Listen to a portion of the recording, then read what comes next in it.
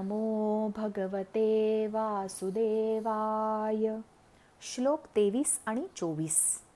गतसंगस्य मुक्तस्य ज्ञानावस्थितचेतसः यज्ञायाचरतः कर्म समग्रं प्रविलीयते. ब्रह्मार्पणं ब्रह्महविर्ब्रह्माग्नौ ब्रह्मणाहुतं ब्रह्मैव तेन गन्तव्यं ब्रह्मकर्मसमाधिना. शब्दार्थ. ज्याची आसक्ती पूर्णपणे नाहीशी झाली आहे, जो देहाभिमान आणि ममत्व यांनी रहित आहे, ज्याचे चित्त नेहमी परमात्म्याच्या ज्ञानात स्थिर आहे, अशा केवळ यज्ञासाठी कर्म करणाऱ्या माणसाची संपूर्ण कर्मे पूर्णपणे नाहीशी होतात. ज्या यज्ञात अर्पण अर्थात स्त्रुवा आदी ही ब्रह्म आहे आणि हवन करण्याजोगे द्रव्यसुद्धा ब्रह्म आहे, तसेच ब्रह्मरूप अशा कर्त्याच्या रूपे ब्रह्मरूप अग्नीमध्ये आहुती देण्याची क्रियाही ब्रह्म आहे. त्या ब्रह्मकर्मात स्थित असणाऱ्या योग्याला मिळण्याजोगे फळ सुद्धा ब्रह्मच आहे. भावार्थ. पाप आणि पुण्य या कल्पना आहेत की सत्य? संचित नशीब खरंच असतं का? सारख्याच वातावरणात वाढलेली 2 मुले, 2 भावंडे भविष्यात मात्र फार वेगळ्या परिस्थितीत असतात. त्यांच्यात खूपच तफावत असते असे आपण बरेचदा पाहतो. एक सुस्थितीत उच्च पदाला असतो आणि एक मात्र सामान्य जीवन जगत असतो. यात 2 भाग आहेत, एक संचित आणि दुसरा म्हणजे स्वभाव प्राधान्यक्रम. पाप म्हणजे मानसिक त्रास आणि पुण्य म्हणजे आनंद समाधान हे आपण जाणून घेतलं. रोजच्या व्यवहारात आपण सगळ्यांची सरमिसळ करतो. सुखवस्तू राहणी आणि साधी राहणी हे कायम आर्थिक निकषावर असते असे नाही. मनाची अवस्था राहणीप्रमाणे असेलच असे नाही. बुद्धिमत्ता आणि आर्थिक स्थिती यांचा परस्पर संबंध असतोच असेही नाही. पण आपल्या मनावर हे बिंबवलं गेलं आहे की छान शिक, मग चांगली नोकरी मिळेल, खूप पैसे मिळतील, मग तू सुखात राहशील.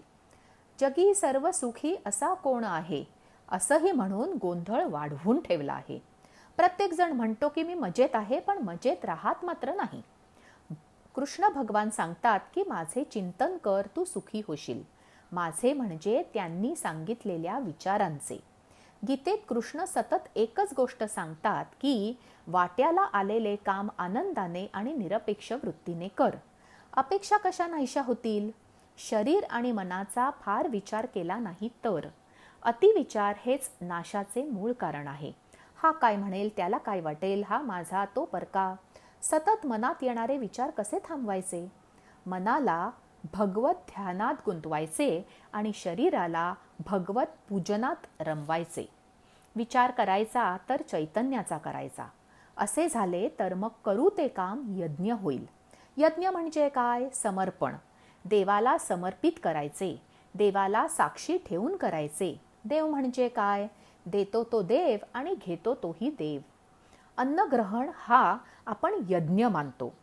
आपण अन्न अग्निसंस्कार करून तयार करतो, मग ते वाढतो म्हणजे ते झाले अर्पण.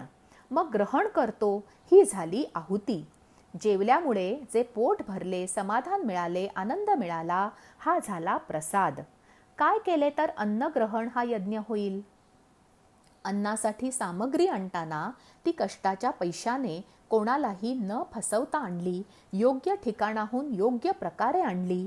अन्नावर अग्निसंस्कार करणाऱ्या माणसाला त्याचे उत्तम ज्ञान असले, स्वच्छता पाळून निगुतीने मनापासून केले, शुचिर्भूत होऊन सगळे केले. वाढताना रेखीवपणा अगत्याने वाढले. खाणाऱ्याच्या शरीराची आणि मनाची अवस्था उत्साही आनंदी असली, त्याने अन्नाला नावे न ठेवता तो देवाचा प्रसाद समजून ग्रहण केले, इतकी दक्षता घेतली तर अन्नग्रहण हे यज्ञ होते. हे वाचल्यावर घरचे, हॉटेलमधले प्रसादाचे जेवण चवीला का वेगळे लागते आणि त्याचा शरीरावर होणारा परिणाम वेगळा का असतो ते सहज कळते. अजूनही आपल्याला आपल्या आजीने, आईने केलेले वाढलेले पदार्थ आवडतात, कारण त्या अन्नावर संस्कार वेगळे झालेले असतात.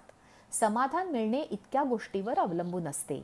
देणारा ब्रह्म, करणारा ब्रह्म, वाढणारा ब्रह्म, खाणारा ब्रह्म, अशी जर स्थिती झाली तर मग सगळीकडे फक्त आनंदी आनंद. असे प्रत्येक काम करताना यायला हवे असा ब्रह्म अनुभवला तर अजी सोनियाचा दिनू वर्षे अमृताचा घनू हरी पाहिला रे अशी अवस्था होते. त्यासाठी संसारातले व्यवहारातले काम यज्ञ म्हणून केले तरी पुरेसे आहे. संसारात राहूनही ब्रह्म भेटले. शाहीर राम जोशींनी लिहिले आहे, मठाची उठाठेव का तरी हे खरे आहे. श्लोक 25 ते 28. दैवमेवापरे यज्ञै योगिनः पर्युपासते ब्रह्माज्ञावपरे यज्ञै यज्ञेनैवोपजुह्वति श्रोत्रादीनिन्द्रियाण्यन्ये संयमाग्निषु जुह्वति शब्दादीन् विषयानन्य इन्द्रियाग्निषु जुह्वति सर्वाणीन्द्रियकर्माणि प्राणकर्माणि चापरे आत्मसंयमयोगाग्नौ जुह्वति ज्ञानदीपिते द्रव्ययज्ञास्तपोयज्ञा योगयज्ञास्तथा परे स्वाध्यायज्ञानयज्ञाश्च यतयः संशितव्रताः. शब्दार्थ. दुसरे काही योगी देवपूजारूप यज्ञाचे उत्तम प्रकारे अनुष्ठान करतात, तर इतर योगी परब्रह्म परमात्मरूपी अग्नीत अभेद दर्शन रूप यज्ञाच्या द्वारेच आत्मरूप यज्ञाचे हवन करतात. दुसरे काही योगी कान इत्यादी इंद्रियांचे संयम रूप अग्नीत हवन करतात, तर इतर योगी शब्द इत्यादी विषयांचे इंद्रिय रूप अग्नीत हवन करतात. अन्य योगी इंद्रियांच्या सर्व क्रिया आणि प्राणांच्या सर्व क्रिया यांचे ज्ञानाने प्रकाशित जो आत्मसंयम योगरूपी अग्नी त्यात हवन करतात. काही मनुष्य द्रव्य विषयक यज्ञ करणारे असतात, काही तपश्चर्यारूप यज्ञ करणारे असतात. तसेच दुसरे काही जण योगरूप यज्ञ करणारे असतात. अहिंसा इत्यादी कडक व्रते पाळणारे कितीतरी यत्नशील मनुष्य स्वाध्याय रूप ज्ञान यज्ञ करणारे असतात. भावार्थ. अनेक प्रकारचे यज्ञ असतात.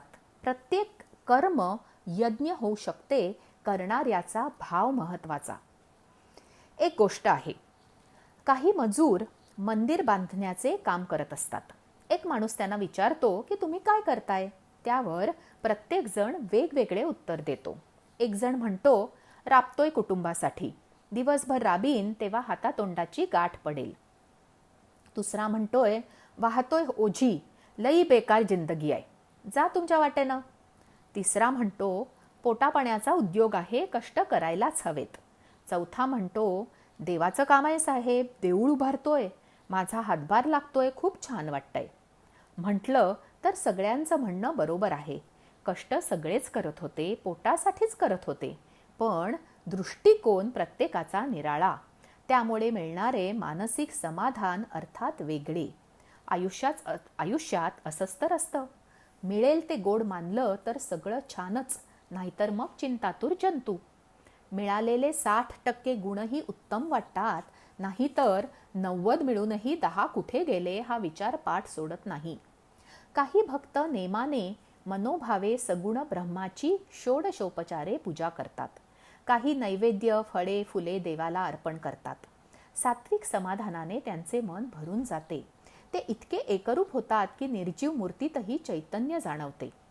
थोरल्या महाराजांची गरुडेश्वराला असलेली दत्तमूर्ती याची साक्ष देते. इतकी एकरूपता हवी. काही जण ध्यान धारणा करून आपल्या शरीरात असलेल्या ब्रह्माला जाणून घेतात, जसे साईबाबा. काही लोक तप करतात. रामदास स्वामींनी केलेली तपश्चर्या सर्वांना माहिती आहे. काही लोक होम हवन करतात, मोठे मोठे याग करतात आणि मंत्रांनी इच्छित देवतेला प्रसन्न करून घेतात. नवचंडी याग, गणेश याग, दत्त याग इत्यादी यज्ञ केले जातात.